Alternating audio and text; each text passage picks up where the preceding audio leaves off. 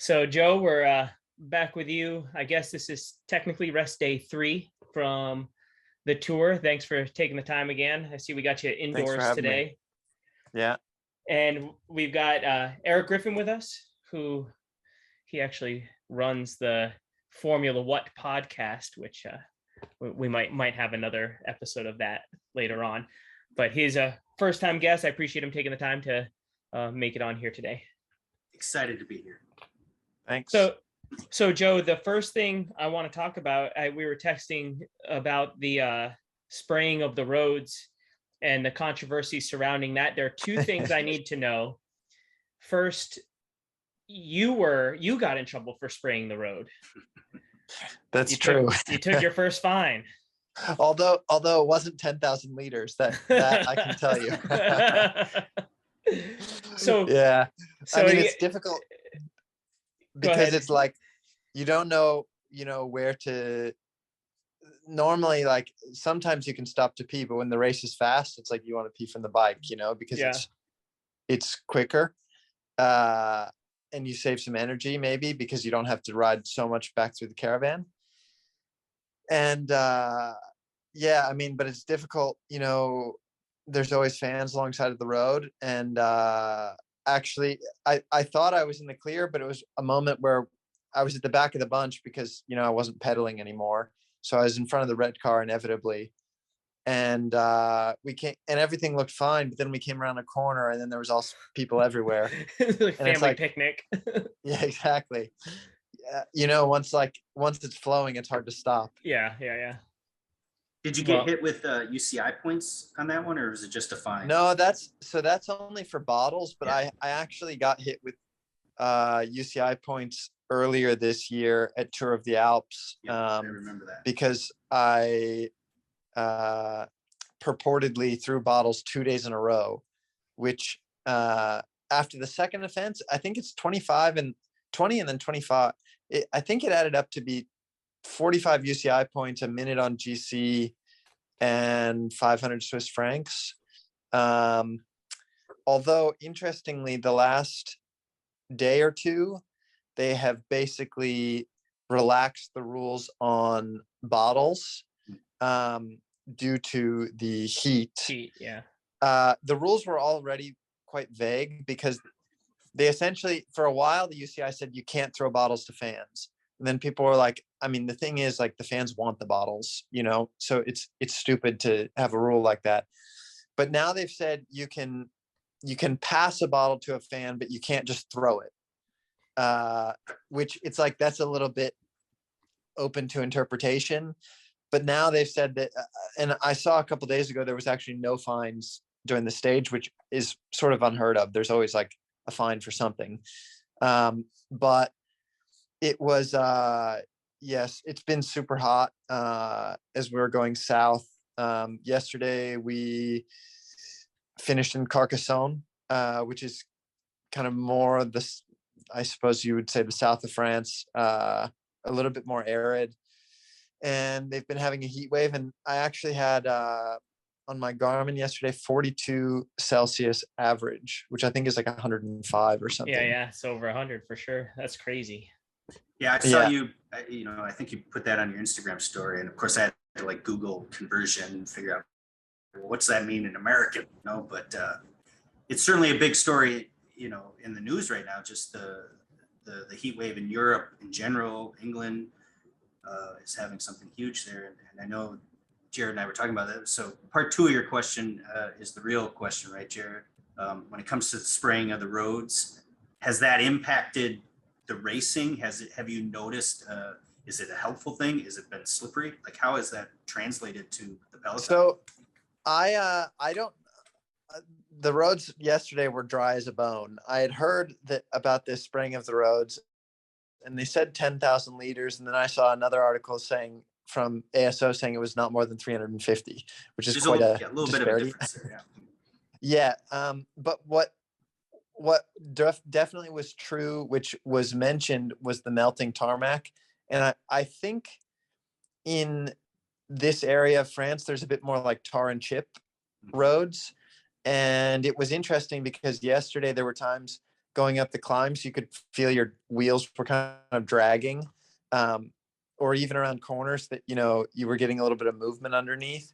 And definitely the road surface was soft, which I've never had a crash because of that, but definitely can be like a little bit unnerving when you feel like your tires are kind of wiggling.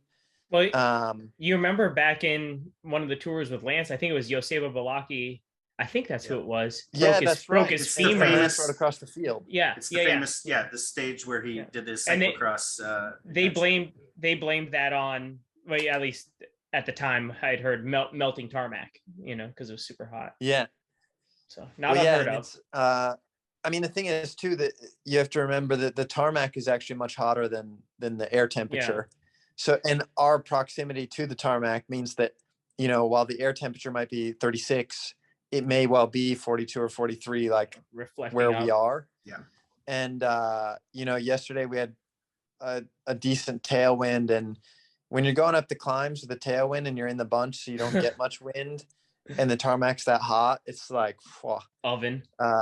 I mean, even I wear contact lenses, and I could feel that if I didn't blink regularly, that my contact lenses were drying on my eyes. Jesus. That's no, Joe, you mentioned that, so I'm going off on a tangent, but I know you wear glasses. I never realized you wore contacts while you race. I do as well, and I've had issues on descents and that sort of thing where my contacts will dry out. Like, is that ever an issue with you in the peloton? It normally isn't. Normally I have more problems if it's raining and you get like grit kind of in your eye. But this seems like really kind of exceptional circumstance where like it's so hot and it's quite dry and arid in this part of France. So normally it's okay. But actually one thing I do is normally I always keep a pair of contact lenses in both rain bags in the team car.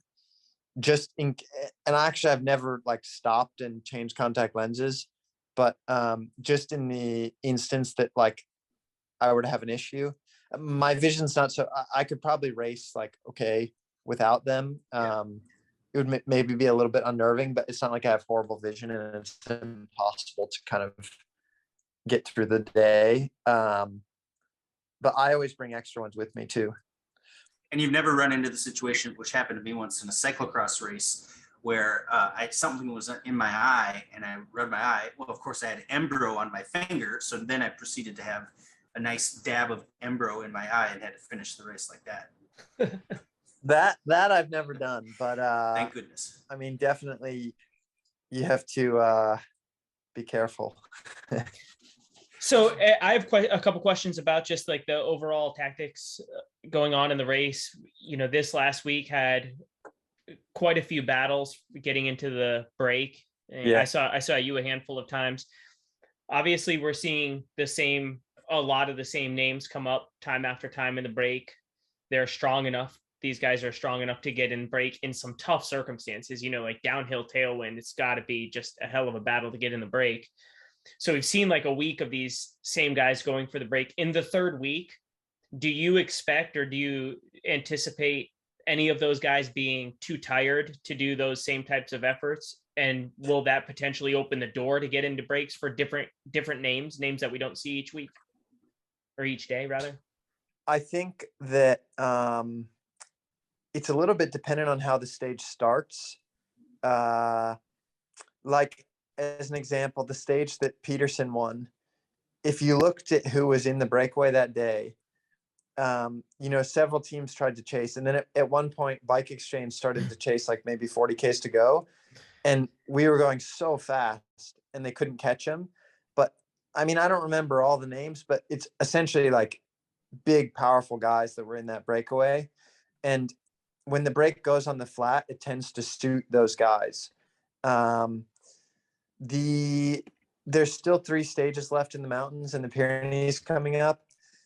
None of them have, an uphill start, which the guys that are most looking forward to those type of stages are also the ones, at least from a breakaway perspective, are the ones that it's the hardest for them to get in the break. Yeah. On the flat.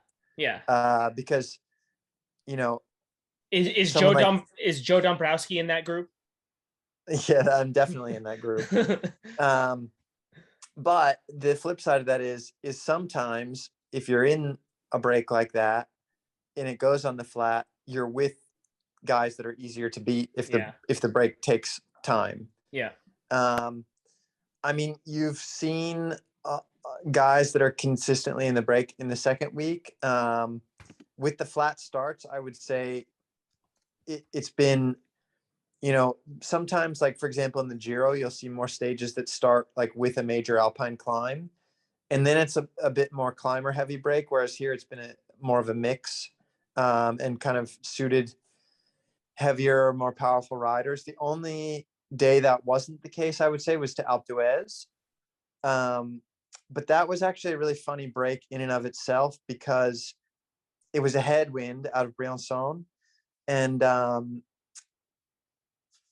it was basically up a false flat valley until we did Galibier. And I was sort of thinking like, okay, I'm not going to waste my energy trying a bunch on the flat before Galibier because probably it's going to go on Galibier. Well, then after probably 10K into the race, a dog ran out into the bunch. And actually this dog caused a big crash, and the bunch kind of stopped after the crash. And then there was a group of guys that were already away, and it kind of stalled everything. And then there was this gap, and then with the headwind, no one really wanted to attack. And I was sort of there looking at, kind of other guys that I saw as like good candidate, like Mollema. I think Mollema hasn't been going super well in this tour, but he's normally a good candidate for a day like that. Thibaut Pinot. And then it started again once we hit the climb, but at that point they already had 2 minutes. And then the one guy I think that went across was Pidcock on the descent, which, I mean, he ended up winning the stage. And if you saw the way he descended, it's like, okay, chapeau. But that was certainly a surprise that day, because I did not expect the breakaway to kind of form like that. But sometimes there are unforeseen circumstances, whether there's a crash or sometimes if there's a massive crash that implicates like the yellow jersey, then the peloton will kind of stop. Yeah. And sometimes if there's already a group up the road, that's the break. And it's like, it is what it is. So I guess to kind of go back to your question, I think it's going to continue to be hard to get in the break for like pure climbers, but you have to try. And there's a little bit of luck involved, a little bit of legs, and also being a little bit like, intelligent about where you allocate your efforts. Yeah. And then if you're there, you just have to see. I mean, in the end, it's always the peloton that decides, but Jumbo lost Roglic and Kruijswijk yesterday, and UAE is down 2 riders as well, and not all of the riders that are still there are going super well. So it may be that they're less keen to look to kind of control early on in the race, and you may just see aggressive racing from particularly Pogačar, like once you actually hit the climbs, meaning that the breakaway may have a better chance. Yeah. So that sort of ties into my next question. G. Thomas, right? Like, do you feel like he's got a better chance of winning the overall now that Jumbo's lost a few guys, and I mean, UAE he certainly seems weak to be like kind of playing third wheel in the Tour de France, doesn't he? Like he's just kind of there and head out of down, focus, out of the way. Yeah. There's a great but at the same time, it's like there's a 40K TT. Yeah. And he's a rider that is super in the time trial and maybe better than Vingegaard and Pogačar. And I don't know, in 40Ks, it's not. Certainly Pogačar can do a really good time trial. I think Vingegaard is maybe a little bit less in the TT than Pogačar.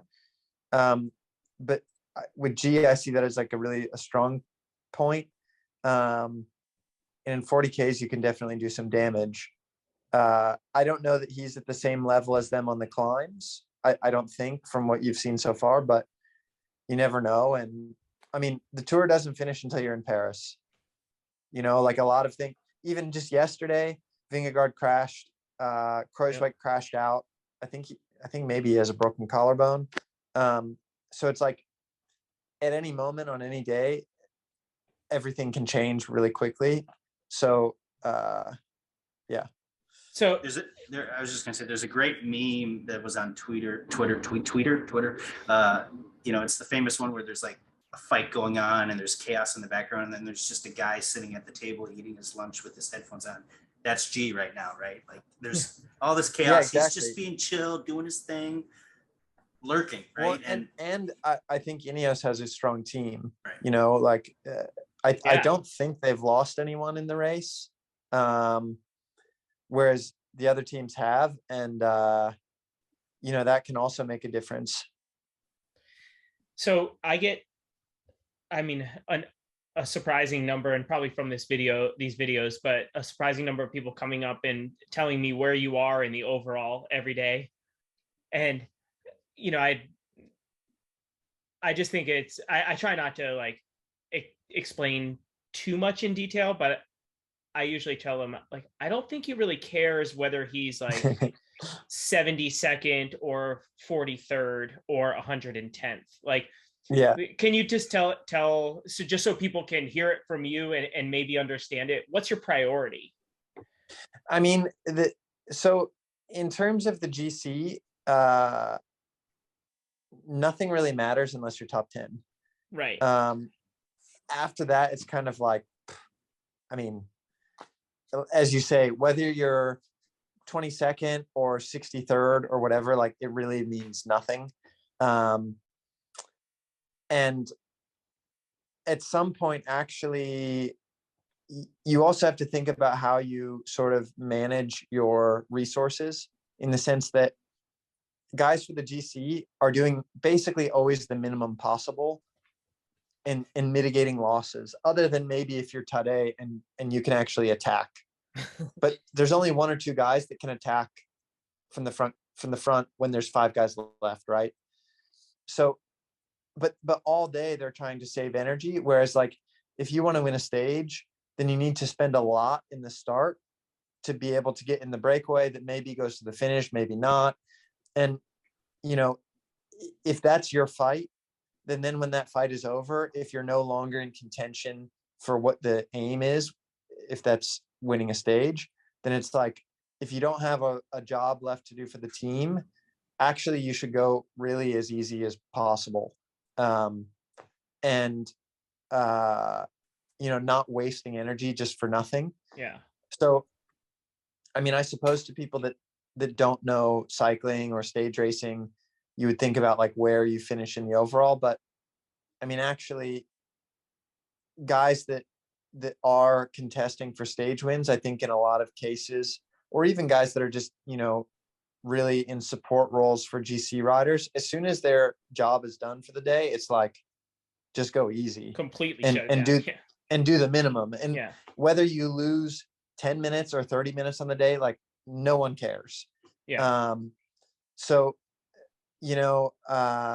I mean, there is a whole other conversation kind of aside from this about UCI points and like how they're structured, and some teams needing points and World Tour relegation. And it's true that if you finish, 17th or 22nd in a Grand Tour, that there are some points that are heavier weighted than if you're 60th, right? And then it's like also, the team, is it better to have a few guys in like the top 20 or 30 where you have some points versus like a stage win is obviously way more prestigious, but it's like a stage win carries 100 or 100, I think in the Tour de France, 120 points. So there is that whole dialogue, but if we take that out and only think about like sensible racing, a good example would be this stage to Col du Granon, there where Tadej cracked. If you look, I don't know exactly, but I think in the first 10, I think after 10 riders, there was like 15 minutes. Yeah. And that's a good way. And maybe you see this less in the Tour. You see it maybe more in the Giro, because the Giro has more demanding mountain stages, you know, like days with 5,500 meters of climbing. But it's like, essentially there's 10 guys that were racing in the race. Right. And everyone else, after the race was blown up by Jumbo, everyone else is just riding to the finish. And there's another day. And, you know, like I say, like the GC guys, they kind of have to save those bullets until the end, but there's other guys working for them that are working throughout the day. And as soon as that job's finished, they go easy. And guys that are looking to stages, once their work is done, it's also go easy. Yeah. So it's, yeah, I suppose counterintuitive, but you know, it's how it works. Yeah. I try to explain to people, like, there's a list of things that are awesome at the tour, right? Yeah. Obviously podium, being top 10, maybe wearing one of the jerseys, you know, certainly wearing one of the jerseys, getting a most aggressive rider for a day. Like, those are prestigious things that people go for. But being the difference, being top 50 and top 30 is probably irrelevant to most everyone. Nothing. Right. Well, and also you have to remember that there's hugely valuable riders that they're not in any jersey. They're not in the results. And in the peloton, we know those riders, and people in cycling, you know, those riders, but it's not something that you see on TV unless you really know what you're looking for. And, you know, I mean, the reality is the majority of the peloton makes a living not winning races, but, you know, 90% of the bunch is there to support a leader who is winning races. And then you may get your opportunities on your day. But in general, you know, that is kind of how it works. And if you look at guys that have really long careers in the World Tour, I think something that you'll see, and what directors and people with experience will tell you when you're young, is find out where you belong, and then work on being the best at where you belong. And that may not, the thing is, everyone that comes to the World Tour was a world champion or won Tour de l'Avenir or whatever, because the reality is there's only so many guys coming in every year. And then it's like, you need to find your place. And then, you know, a good example would be like Mark Renshaw for Cavendish. It's like Mark Renshaw wasn't winning sprints all the time, but he was invaluable. Or another good example now is Michael Markov. I mean, he's probably the best lead out man in cycling now. And does he win a lot of races relative to the guys he leads out? No, but he's worth his weight in gold to a team. Yeah. Let me ask a quick question that kind of ties in Jared's previous two questions, and that's Alpe d'Huez. That was probably a stage where, if circumstances had been a little bit different, you know, you were probably thinking, if I can get a break, and you know, that often can come up, play it. It didn't happen that way. But the question is, what was the experience like? I don't think you've ever raced on Alpe d'Huez before, right? Yeah, it was cool. You know, as a climb in and of itself, I wouldn't say it's anything special. I mean, it's sort of like, no, it's not special. Jared's done it. Yeah. I don't even know if Joe, I might have beaten Joe on the KOM. I mean, it's up to a ski station. So it's like, probably there's buses that go up there. So it's a relatively large road. I